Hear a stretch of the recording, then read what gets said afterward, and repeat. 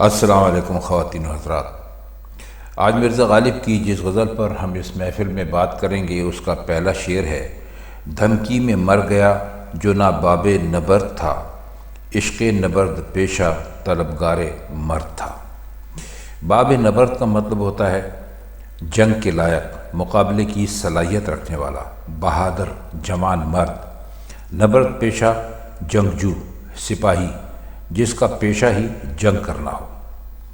جو شخص بہادر اور مرد میدان نہیں تھا وہ عشق کی سختیوں اور مصیبتوں کا سیلاب دیکھ کر، اس کا صرف خطرہ دیکھ کر ہمت ہار بیٹھا۔ عشق کا پیشہ ہی جنگ ہے۔ اس کی مصیبتیں اور آفتیں وہی سہ سکتا ہے جو صحیح معنوں میں مرد ہو، یعنی جس میں زیادہ سے زیادہ ہمت، مردانگی اور مصیبتوں کے مقابلے میں قدم جمائے رکھنے کا جوہر موجود ہو۔ یہ کم دل والے آدمیوں کے لیے نہیں ہے کہ وہ عشق کے میدان میں قدم رکھیں۔ یہ کام صرف بہادر لوگ ہی کر سکتے ہیں، اور عاشق بہت بہادر لوگ ہوتے ہیں۔ دوسرا شعر ہے کہ تھا زندگی میں مرگ کا کھٹکا لگا ہوا، اڑنے سے پیشتر بھی میرا رنگ زرد تھا۔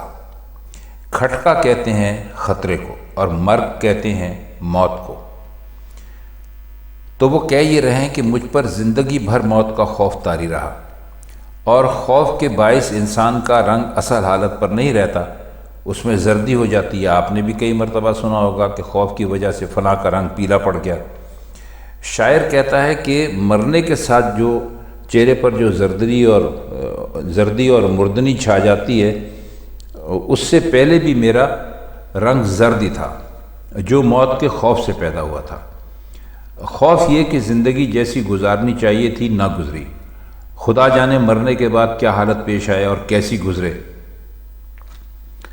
اگلا شعر ہے اس کا: تالیف نسخہ ہائے وفا کر رہا تھا میں، مجموعہ خیال ابھی فرد فرد تھا۔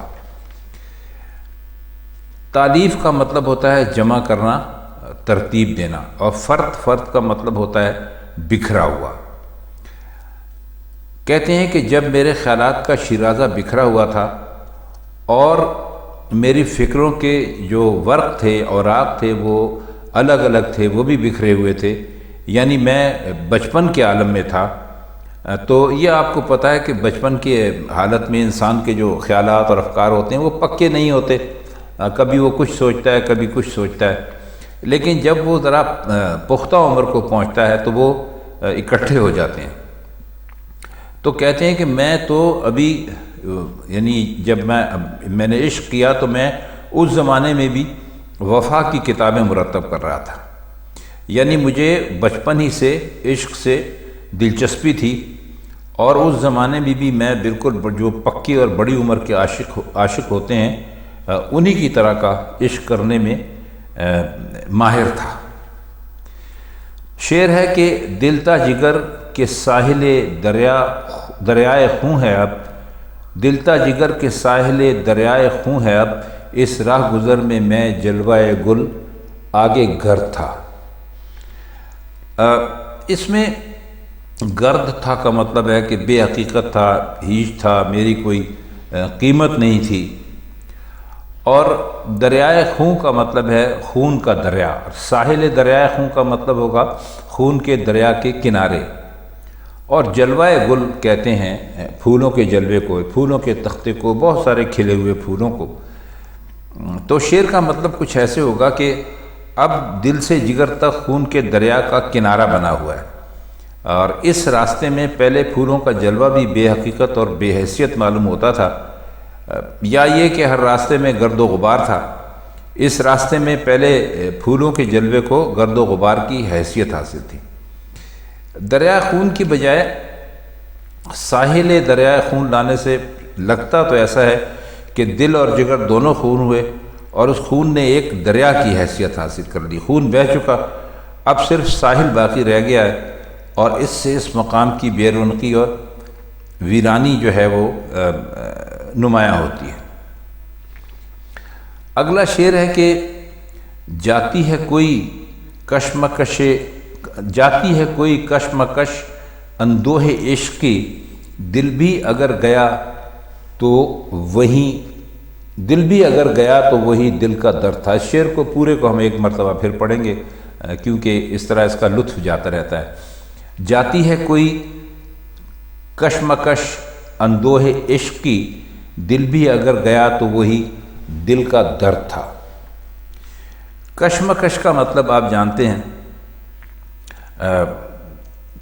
کچھ کروں کچھ نہ کروں کی کیفیت، یا ایک مسئلہ جس میں انسان پڑ جائے اور اس کی سمجھ میں کچھ نہ آ رہا ہو۔ اور اندوہ کہتے ہیں غم کو، اندوہ عشق یعنی عشق کا غم۔ تو کیا وہ یہ رہیں کہ عاشق کو جو عشق کا غم ہوتا ہے یا غم عشق ہوتا ہے، اس کی کشمکش سے کبھی نجات نہیں ملتی۔ اگر دل پہلو سے نکل بھی گیا ہو تو اس کا نکل جانا ہی دل کا درد بن جاتا ہے، یعنی جب تک دل میں پہلو تھا وہی غم اور اندوہ یعنی غم اور افسوس کا مرکز تھا، دل چلا گیا تو اس کے جانے کا غم شروع ہو گیا۔ غرض یہ کسی صورت میں بھی غم کی کھینچا تانی سے رہائی حاصل نہیں ہوتی۔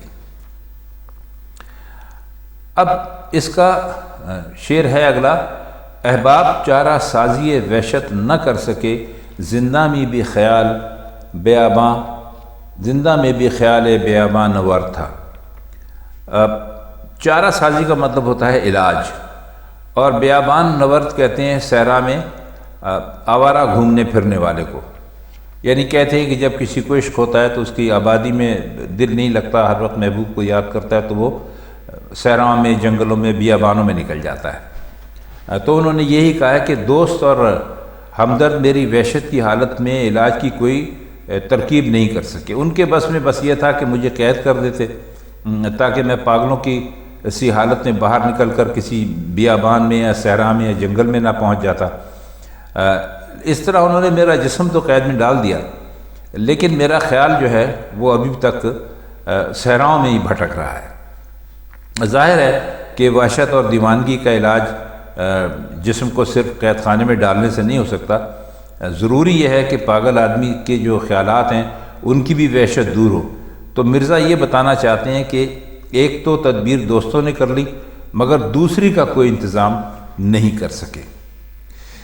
اس کا آخری شعر ہے، یہ لاش بے کفن اسد خستہ جاں کی ہے، حق مغفرت کرے عجب آزاد مرد تھا۔ ناش کہتے ہیں لاش کو، اور اسد خستہ جاں یعنی خستگی کی حالت میں، غربت کی حالت میں رہنے والے اسد کی۔ یہ اس زمانے کا شعر ہے جب مرزا اسد اللہ خان اپنا خطاب غالب نہیں کرتے تھے، تو یہ اس زمانے کا شعر ہے۔ حق مغفرت کرے کا مطلب یہ ہے کہ اللہ بخشے ان کو۔ تو یہ کہتے ہیں کہ یہ لاش جسے کفن بھی نصیب نہیں ہوا اسد کی ہے، پریشان حال تھا اور اس کی جان زخموں سے چور تھی، اللہ تعالیٰ اسے بخشے، وہ بڑا آزاد انسان تھا۔ تو خواتین حضرات، یہ تھی آج کی غزل، اس کے کچھ مشکل الفاظ کی معنی اور شعروں کا مطلب۔ تو اب آپ سے ملاقات ہوتی ہے غالب کی کسی اور غزل میں، کسی اور پروگرام میں، تب تک کے لیے ہم آپ سے چاہتے ہیں اجازت۔ خدا حافظ۔